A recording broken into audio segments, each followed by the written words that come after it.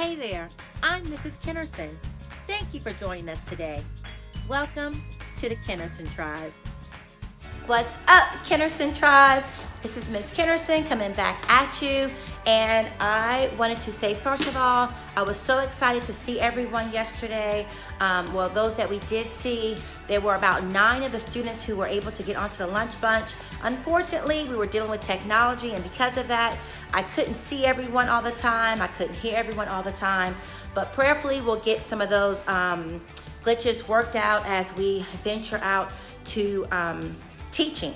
So I've definitely recorded some of that conversation so that I can let our technology people know and see if there's anything that we can do to prevent that. But honestly, I really just think that it's just because of people being at home, there are so many people that are on the internet using all of these different platforms as well to conduct their businesses, to also teach and have fun and keep in touch with other people. So that's what comes with it. But it was so good to see people up there and to hear their voices and to see those smiling faces again. And I have to admit, I've definitely been enjoying my time of rest and getting some things done that I need to get done.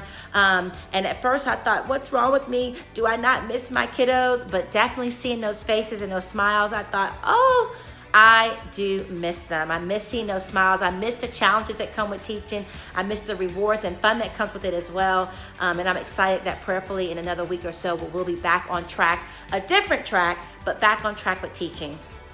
Some of the concerns that the students brought to me were that they wanted telephone numbers of their friends in order to be able to converse with them and to just have some type of outlet. So I told them that I would come to the parents and see if you all were willing to give your numbers, give the telephone numbers that the other students can call their friends at. I don't know if all the kids have cell phones. I would think not in 2nd grade, but I don't know. Times are changing. Things are different. Where I waited till my kids turned 13 before they got a cell phone. I know that sometimes times are different and people have different circumstances and their students may have phones at a younger age. So what I'm going to do is I'm going to provide a Google Doc via this email that you got the link for this on, and you should be able to, it'll be a live document, so as you enter your telephone number, it automatically updates, and then everyone will have that information if you're okay with that. Now, be informed that, parents, we have to teach our students how to have phone etiquette, not calling at certain times of the hour, also not calling too many times. Also, when you do call, keeping a time limit on how long you're on the phone. So those are some things that you all as parents, I'm sure, will teach your children, and that way it won't be a burden to have the kids calling, but it will be a refresher. It will give your kids a chance to get an outlet, okay? Okay, a couple more things. So the next time that we do get on to Blackboard, just please reiterate to the students that we have to still kind of keep the same type of rules that we have in our classroom. Everyone can't talk at the same time. We have to stay on focus and on practice. And I'm sure we'll get a chance to really practice going through the system once we start back teaching. But there's a way for students to raise their hands. There's a way for me to acknowledge them.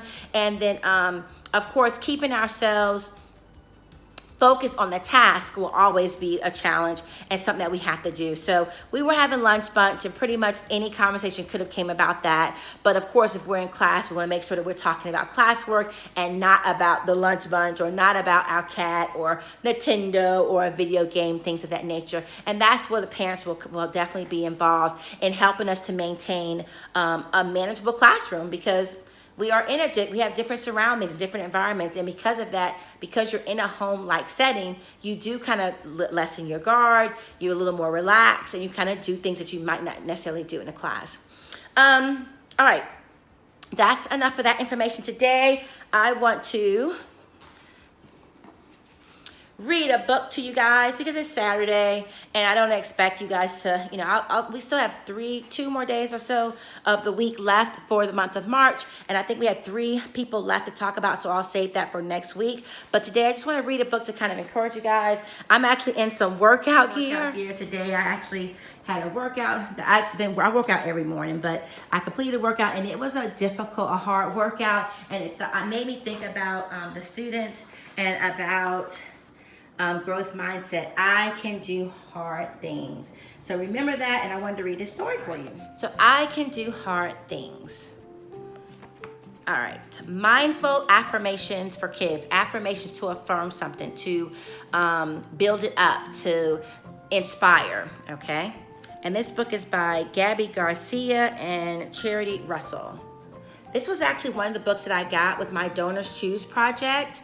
I did a project to get some growth mindset books to keep the students positive, to keep them having a growth mindset, books that they can read on their own, and books that also show a lot of different people, multicultural students like we have in our classroom. We have a multicultural classroom. Our class is not just dominated by Caucasians or African Americans. Our class is truly a United Nations. We have people from Morocco, from El Salvador, from Afghanistan, from Russia, from Ghana, from Vietnam. So we have quite a few. I think we really only have 2 students in our classroom that are actually from America. So we have definitely a multicultural classroom, and I want to always celebrate that. That is something that I love to do, is celebrate our differences, because that's what makes us who we are as a whole. That's, in my opinion, truly what America is about. All right, I can do hard things. I don't always feel brave, confident, or strong. Sometimes it seems easier to follow others along.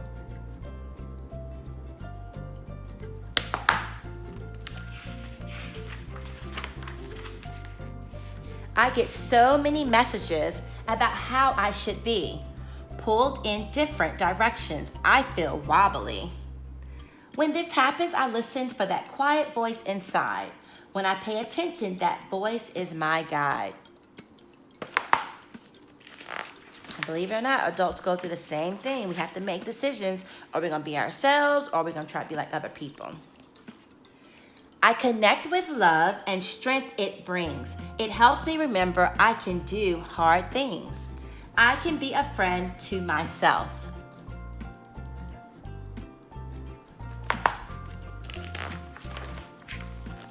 I can feel all my feelings. I can ask for help.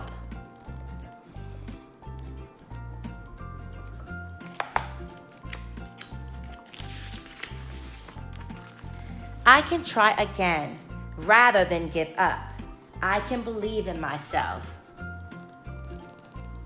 We know that. Try again. I can't do it yet. The power of yet. I can speak up when it would be easier to stay quiet. I can say no even to my friends. That's so hard. Even as an adult, it's hard to say no to your friends because you don't want to hurt anyone's feelings. You love them. You want to be kind. But sometimes it takes the bigger person to say, you know what? No, this is not a smart idea. I don't want to be a part of this. You shouldn't do it either. And if they choose to do so, you need to know how to walk away. I can apologize. I can forgive. Those are very important attributes to have, you guys. We've talked about this before in the classroom. Things that you do as a child, you'll do as an adult. If you don't learn how to say you're sorry and really mean that you're sorry, if you don't learn how to forgive, doesn't mean you're gonna forget right away, but forgive them, then as an adult, you're gonna have a hard time doing that as well, and that's not a good thing. I can listen to understand different points of view. I care for my community. We've talked about this with Project Positivity, about listening to different points of view, understanding that other people have a different view on things, and being able to respect that. Doesn't mean you have to agree, doesn't mean you have to try to change their mind, but respect, be open-minded to other people's point of views and see what they have to say, because they might be right. I can choose kindness. I can practice peace. We know how important it is to be kind to others. I can share my gifts with the world. I can be myself. I love this book. I love how it's showing different cultures, different people, different ethnicities, different genders. It's not just one book. Do you know that 50% of all children's story books only represent Caucasian Americans, and then the next 27% represent animals and objects? That leaves only 23% left of all children's books to represent the rest of the entire world. That definitely is not equity. And that's why I chose to do the two book projects that I did do to get more books in my classroom that represent the students that are in them. And when they open these books, they can see themselves in them. They can see a positive reflection of who they are. And this book is one of them. And it talks about growth mindset. Booyah! Hard things can be about what we think, feel, say, or do. What's hard for me may not be hard for you. Everyone has a different strength. You are you, and I am me. We walk through the world differently. I'm looking so forward to the fourth quarter. Typically, that's when I choose for our students to learn our mission statement. And the mission statement is all about being who you are and all about striving and pushing yourself. I may share that in this video. Trusting my voice helps me find my way. I grow braver and stronger each day.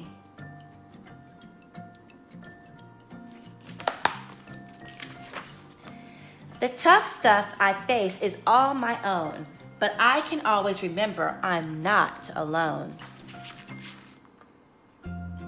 I'm ready for hard things I have to do, and please remember, so are you. You can't do it yet. Change your words, change your mindset. You can do all things. And that's it. And these are some mindful affirmations. Again, affirmations are positive words to help you to be motivated. Definitely, I love this book. If you love this book as well, give me a thumbs up. I do have to send thank you notes and cards to the donors who gave money for me to get these books. So since we're going to be virtual, we have to figure out a way to kind of do that. But yeah, tell me what you thought about this book. Thumbs up. Thumbs down, 5 stars, like we do in classroom, you guys. If you had to, I'll see. I'll put a poll. I'll put a poll link in. If you had to give this book 5 stars, what would you give it? 1 star, didn't really care for that book. 2 stars, it was okay. 3 stars, it's pretty good. I liked it. 4 stars, oh, that was very close being the best book ever. 5 stars, best book ever. Everyone needs to read this. Booyah. Tell me your thoughts.